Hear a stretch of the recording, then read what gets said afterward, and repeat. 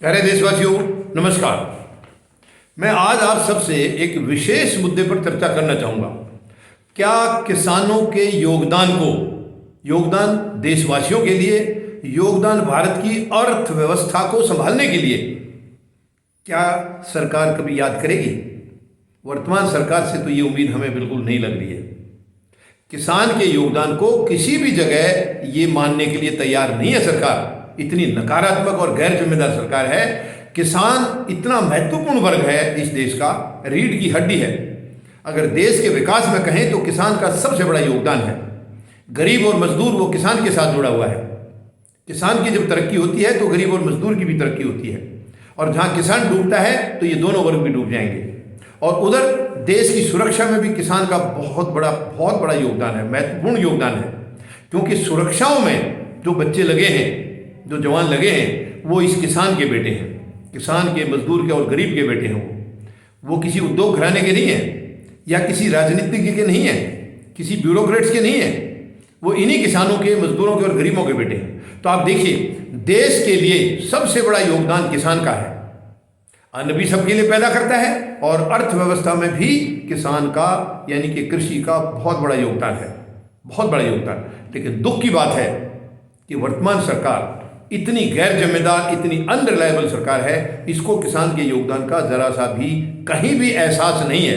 अब आप देखिए, वैसे तो इनकी मैं आपको गिनाने लगूं तो कई दिन लग जाएंगे। किसानों के प्रति जो नकारात्मकता सरकार की है, जो गैर जिम्मेदारी सरकार की है, वो कई दिन लग जाएंगे इनको गिनवाने में। लेकिन आप हाल के देख लीजिए, 3 कृषि कानून ये सरकार लाई थी 5 जून 2020 को, जो कि किसानों के लिए तोहफा क्या कहलाई थी, और आखिर में वो किसानों की बर्बादी का फरमान साबित हुए थे, जिसके लिए किसानों ने बहुत बड़ा संघर्ष किया। 1 साल से भी ज़्यादा संघर्ष किया। 385 दिन तक किसान दिल्ली के चारों तरफ सरहदों पर बैठे रहे, बिल्कुल कड़ाके की ठंड, कड़ाके की गर्मी और कड़ाके की बारिश में डटे रहे, और देश भर में भी आंदोलन हर जगह चला है। उसके बाद जाकर के अहंकारी सरकार झुकी है, और 19 नवंबर को प्रधानमंत्री महोदय ने देश के सामने माफ़ी मांग करके इन तीनों कानूनों को वापस लेने की बात कही है। अब आप देखिए, उसके बाद 29 नवंबर को संसद में बिल पारित करके तीनों कानूनों को वापस ले लिया गया। फिर किसानों ने चिट्ठी लिखी सरकार को, जो इनकी बाकी मुद्दे थे, बाकी मुद्दों के लिए सरकार को चिट्ठी लिखी। बाकी मुद्दों में एमएसपी भी है और कई मुद्दे और हैं, मैं पहले भी आपको कई बार बता चुका हूं। उनके बारे में चिट्ठी लिखी है। 9 दिसंबर को सरकार की तरफ से ये अपील आई है किसानों के लिए कि कृपया आप आंदोलन खत्म कर दें, हम आपके सारे मुद्दों को हल करेंगे। एमएसपी के लिए हम कमेटी बनाएंगे, और बाकी सब मुद्दों को भी पूरा कंप्लीट समाधान के लिए उन्होंने लिखित में चिट्ठी दी है 9 दिसंबर को।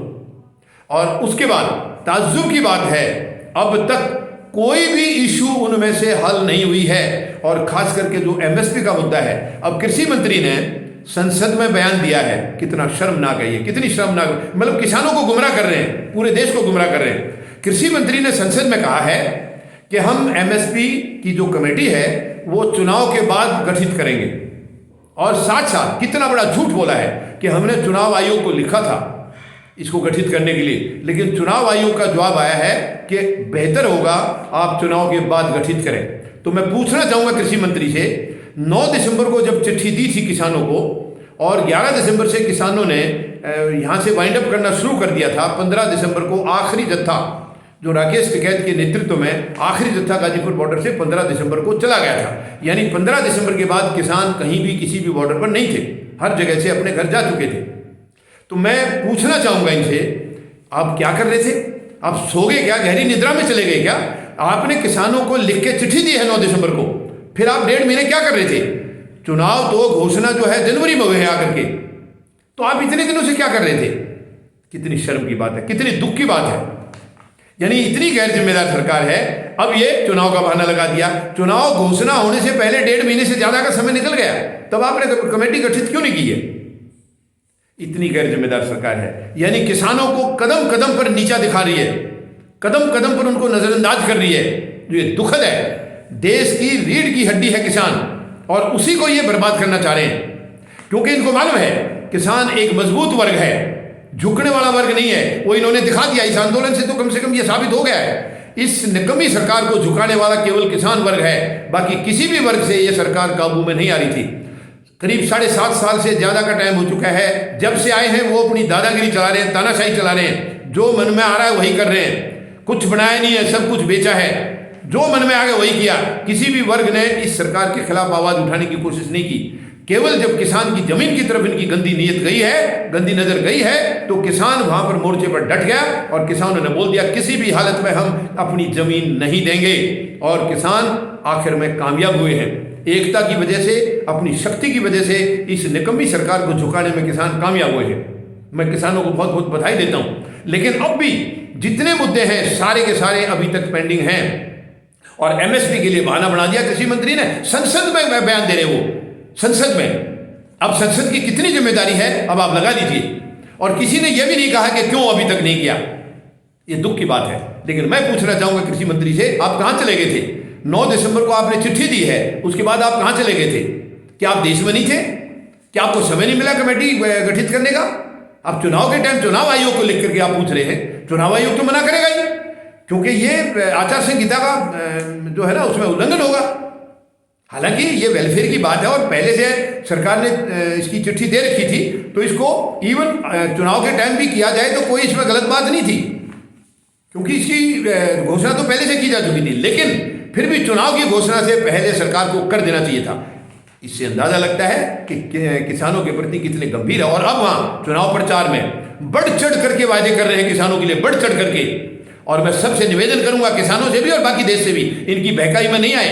ये इतने गैर जिम्मेदार हैं, ये चुनाव के बाद इन बिलों को फिर वापस लाएंगे, बिल्कुल लाएंगे। कोई और घुमा फिरा के कोई ना कोई दूसरी रूप दे करके ये वापस लाएंगे। इतनी गैर जिम्मेदार सरकार है।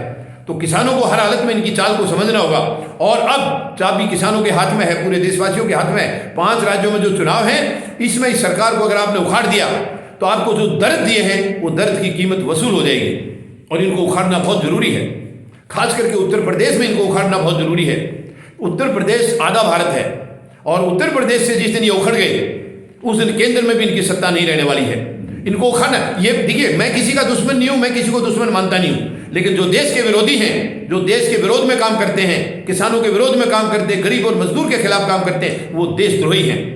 हम उसको देशभक्त नहीं मान सकते, चाहे वो सरकार में है या बाहर है। सरकार का क्या काम देशद्रोही होने का? सरकार अगर देश की देशद्रोही हो जाएगी तो देश कैसे चलेगा? देश तो खत्म हो जाएगा।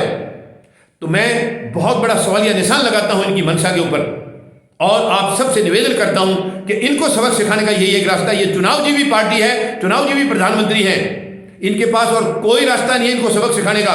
यही है वोट की चोट, एकमात्र इलाज है। ये चोट अगर आपने दे दी, ये कभी मुड़ के नहीं देखेंगे, कभी मुड़ के नहीं देखेंगे। हिम्मत नहीं रहेगी इनकी किसानों के सामने सीना तानने की। जो आज ये सीना तान के ये खड़े थे, मतलब साफ साफ कह रहे थे कि कुछ भी हो जाए हम कानून वापस नहीं लेंगे।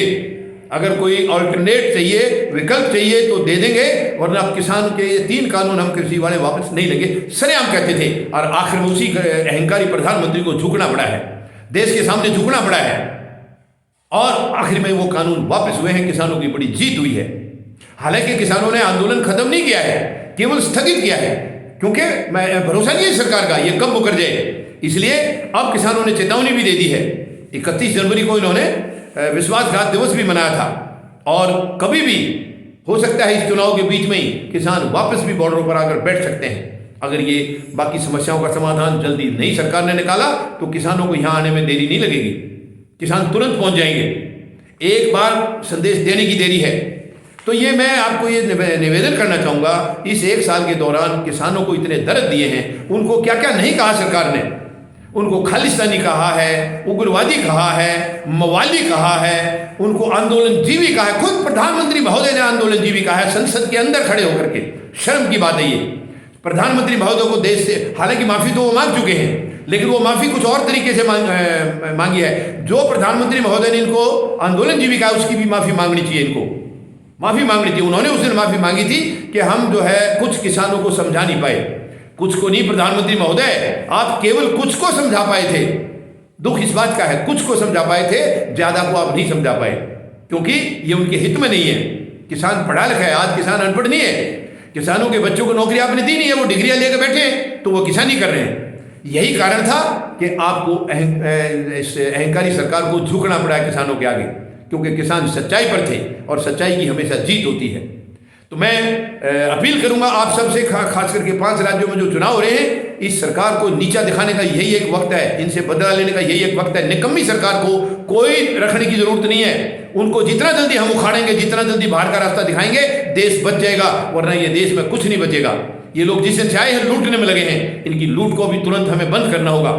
लूट को बंद करना होगा, तभी देश बचेगा, तभी किसान बचेगा, तभी किसानी बचेगी, तभी गरीब और मजदूर बचेगा। इनको उखाड़ना बहुत जरूरी है।